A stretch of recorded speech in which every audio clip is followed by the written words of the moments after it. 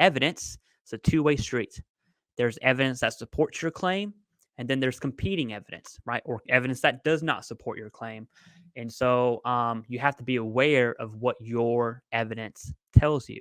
Now, I'm going to tell another story of a good friend of mine who left the Marine Corps, and he had, I'm not trying to, he's going to watch this because he's a great friend of mine. I don't want to make his head big, but this dude is like a modern day war fighter. Okay. He is where the rubber meets the road. This was his whole career, and he's been there and done that seriously.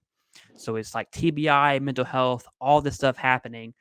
And he leaves service, he submits his claims, boom, he got whatever. He's seeking VA healthcare, which I say all the time, seek healthcare, forget benefits, seek healthcare because you need healthcare. Okay. But he went in there, and just speaking with him, and I'll kind of give a, not to release too much of his information, but the conversation he pretty much had with his healthcare team was, hey, my mental health is a lot better. I'm out of the Marine Corps. I have a great job. I have a wife. I have dogs. I have kids. I'm doing great. Like, I still have this stuff, but like, my life is good. I swear on my life, he was reduced from 70 to about, I think, 30, maybe 10. He was reduced. Okay. And the point I want to bring up is, yes, seeking healthcare is good. But make no mistake. And I don't want to be, ooh, everyone's watching you. Okay. But the facts are, when you go to VA healthcare, that is evidence. And if you miraculously heal, right, via testimony, because you can't x-ray mental health, it's something to be aware of. Now, do I want veterans, and I have to say this before I turn it over, do I want veterans to go in their healthcare appointments for mental health and lie or hold something back? That's not what I'm saying.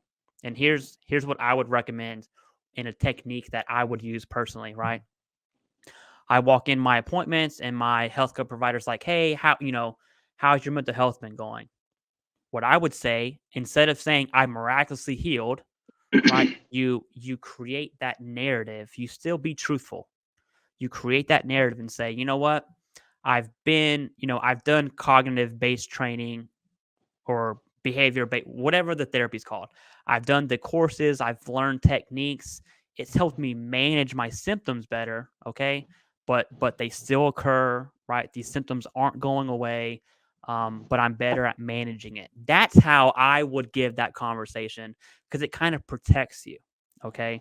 And I don't want to give the connotation that the VA is out to get you, because they're not.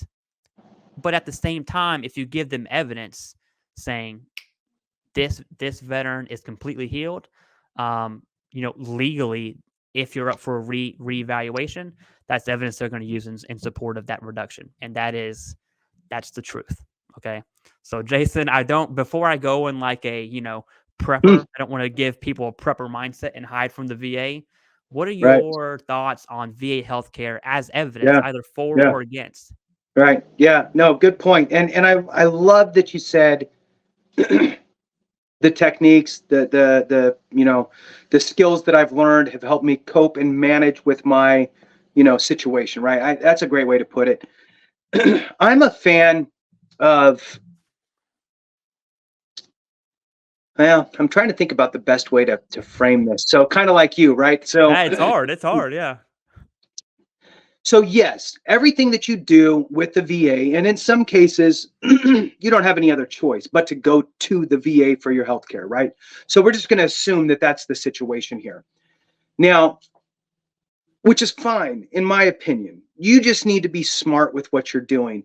But all of this kind of conversation is around the axle of ratings and reductions and evidence of doing that. So the thing is that when it's VA has access to VA stuff. So that part's easy for them. Your words do matter, but here's my kind of take on it. And I'm the mindset of, here's the thing I'm a fan of that I didn't quite get to, of swimming upstream. So my idea here is that I think that many many veterans pick 2 or 3 conditions that they're like, these are the things that are really bothering me, or I think are going to give me a high percentage, and let's just file those and call it a day. And if they get to 100%, they're like, woohoo, and they move on.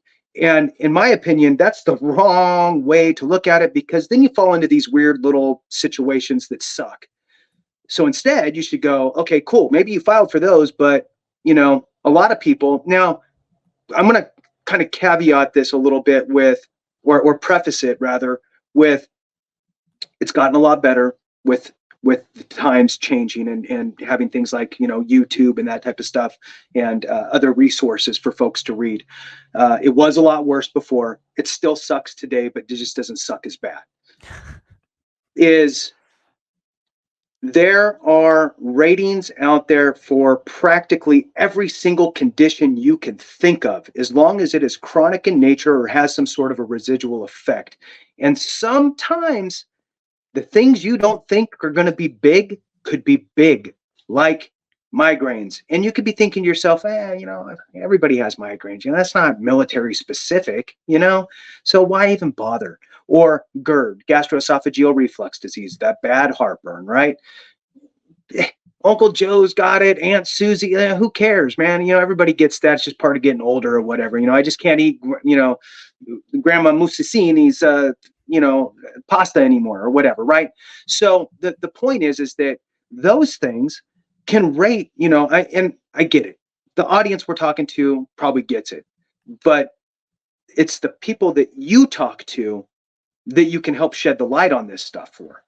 That, migraines could be 50%. Heartburn, bad GERD could be 60%. And if you had those two things and then your PTSD got reduced to 30, who cares? You're still 100%, Yeah. Right? So I think that is an important piece that needs to be talked about, because I think that sometimes we just go, good enough, and move on. Because we have that rub dirt on it attitude. We have that, it took me enough to kind of just get here to do this. And, I'm good with what I got. I have a buddy of mine who, believe it or not, and it is nails on a chalkboard for me, and I can't stand it. Oh, so much. It bothers me. It's one of these situations where it's like, you got to help those that want the help. You can't help those that don't want it. He is medically retired from the Navy, medically retired. He did like 16, 17 years or something like that. Medically retired chief from the Navy with a 30% rating. Do you know how much that irritates me? I can't even tell you how much that irritates me. I'm like, they medically retired you and you have that much time in. There are surely a bunch of other things that we could deal with here. You could probably, maybe even get to 100%. I'm just saying, right? Nah, I'm fine, whatever. Okay, you do you. So the point is that the evidence out there absolutely will be used for and against you and your conditions. Reductions do happen. They are a real thing. The best way to protect yourself against a reduction is have other ratings that help offset that. There are some conditions that can get better. And I will throw this out there. There's some conditions you're like, you know what? I will pay you if I could be better. Yeah. I would give you $500 a month if I'd never had to deal with any of that ever again. So I get it.